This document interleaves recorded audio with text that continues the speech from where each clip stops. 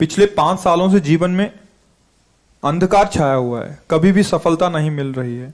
जीवन में आगे क्या करूं क्या ना करूं समझ नहीं आ रहा है। सफलता किसे माना है आपने? महाराज जी, श्री जी मैं पढ़ाई पूरी की और मैंने श्री जी से कहा कि मैं अब क्या करूं। तो उन्होंने मुझे कुछ संकेत दिए थे कि आप सरकारी में जाइए और प्रभु की सेवा करिए। फिर सफलता नहीं मिल रही उसमें एग्ज़ाम में, और अब है। आप हमारी बात समझिए, आपको श्री जी ने संकेत किया और आप सफलता नहीं प्राप्त कर, दोनों बातें झूठी है ना, दोनों बातें झूठी हैं। आप सत्य को स्वीकार कीजिए। श्री जी के संकेत को आप जानने लगे। आप श्री जी के संकेत तो तभी जब आप उनकी मन की बात जान लेना, तो आप कितने बड़े सिद्ध हो गए। और फिर सफलता किसकी चाहते हो? प्रकृति जन्य की। आप श्री जी के संकेत को जान जाओगे तो श्री जी के प्रेम की सफलता चाहोगे, लोकवत नहीं। और ये लोक की सफलता, सुनो पहले, प्रारब्ध के अधीन है। इसकी सफलता के लिए श्री जी से प्रार्थना मत करो। हमारी बात समझना। विद्यारण्य जी एक बहुत बड़े महापुरुष हुए हैं। उन्होंने अपने माता पिता को सुखी करने के लिए, धन प्राप्ति के लिए गायत्री अनुष्ठान किया। ब्राह्मण कुल में जन्म हुआ था। एक पुरस्चरण 24 लाख गायत्री होता है। उन्होंने एक पुरस्चरण किया, 2 पुरस्चरण किया, एक बार भी कोई धन की प्राप्ति नहीं हुई। आखिरी में उन्होंने संन्यास लिया। जीव संन्यास लिया, माता गायत्री प्रकट हो गई। उनका अब इंद्रासन भी मांगो तो आपका, तो बोले अब क्या जरूरत है, अब तो वैरागी हो गया, विरक्त हो गया। माता पिता भी पधार गए, उनकी सेवा के लिए अर्थ चाहना। 23 पुरस्चरण किए और आप तब नहीं आए, तो उनका तुम्हारे अनंत जन्मों में ऐसे 24 महापाप थे जिनके कारण मैं नहीं आ पा रही थी। अब वो 23 पुराण से चरण से नष्ट हुए, पुरस्चरण से, और 24वां तुमने संन्यास लिया। तो अब आप जो चाहो पर, बोले अब चाहिए ही नहीं क्योंकि अब सन्यासी हो गए, अब तो ब्रह्म प्राप्ति के लिए। तो इससे आभास होता है कि अगर हमारा बुरा प्रारब्ध है तो हमको भोगना पड़ेगा। हम कितना भी प्रयास करें वो हमें, तो हम क्या करें इसमें जिससे हमें परम शांति हो? प्रभु के नाम का जप करते हुए उन पर दृष्टि लगाएं कि प्रारब्ध से हमारा भरण पोषण शरीर का भले, ये हमारा भरण पोषण आपसे होगा नाथ। तो वो एक ऐसे हैं जो आपके प्रारब्ध को भी मिटा देंगे। वो ऐसे शरणागत वत्सल हैं कि सब लिखा पढ़ी अलग कर देंगे। सुदामा जी को दरिद्रता का योग था। ऐसी दरिद्रता, कई कई दिन तक भिक्षा नहीं मिलती थी।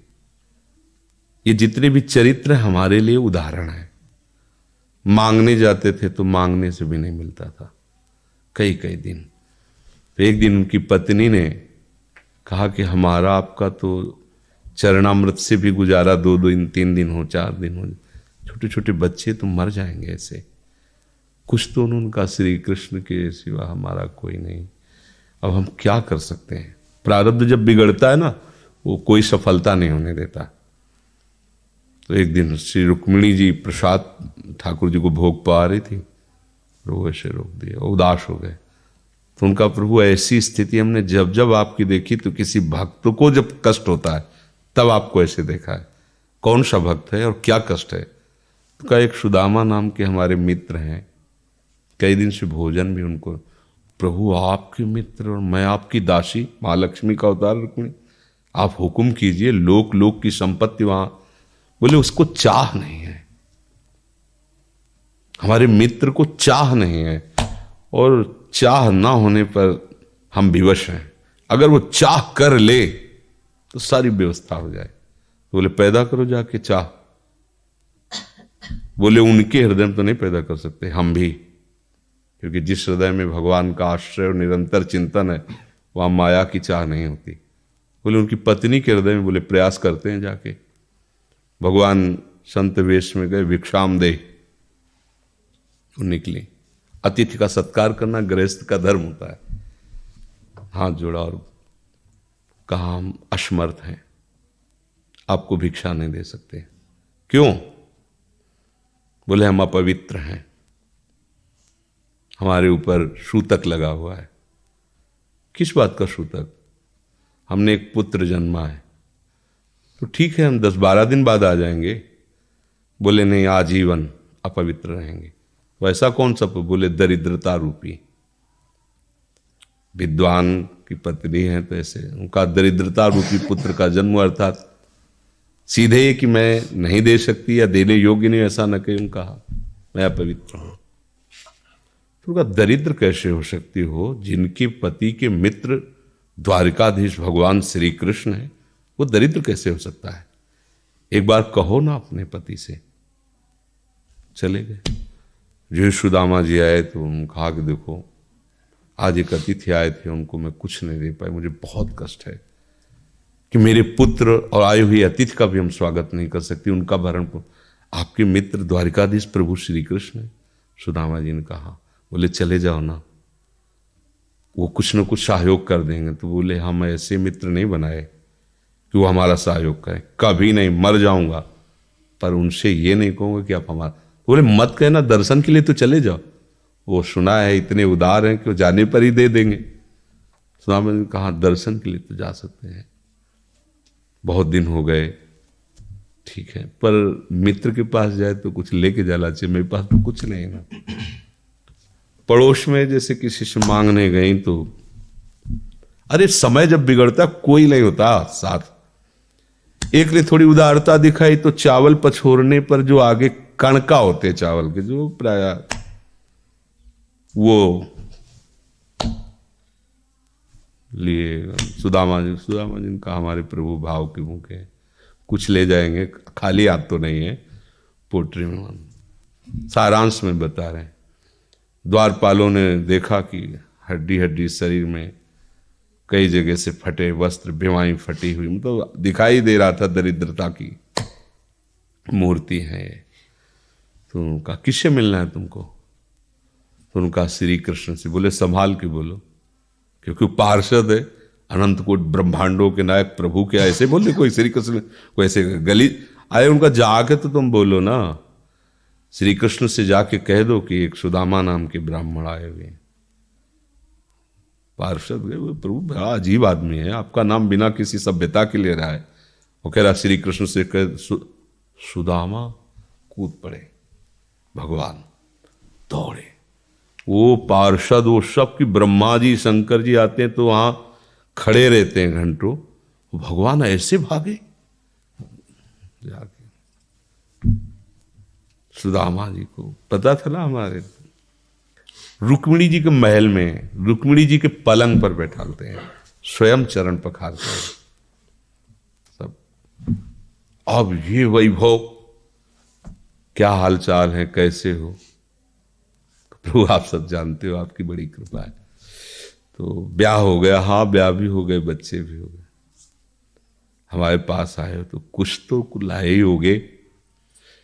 अब वो सड़े से कपड़े में चावल, कैसे बड़ी बड़ी वो वैभव, महारानियां सब भगवान का।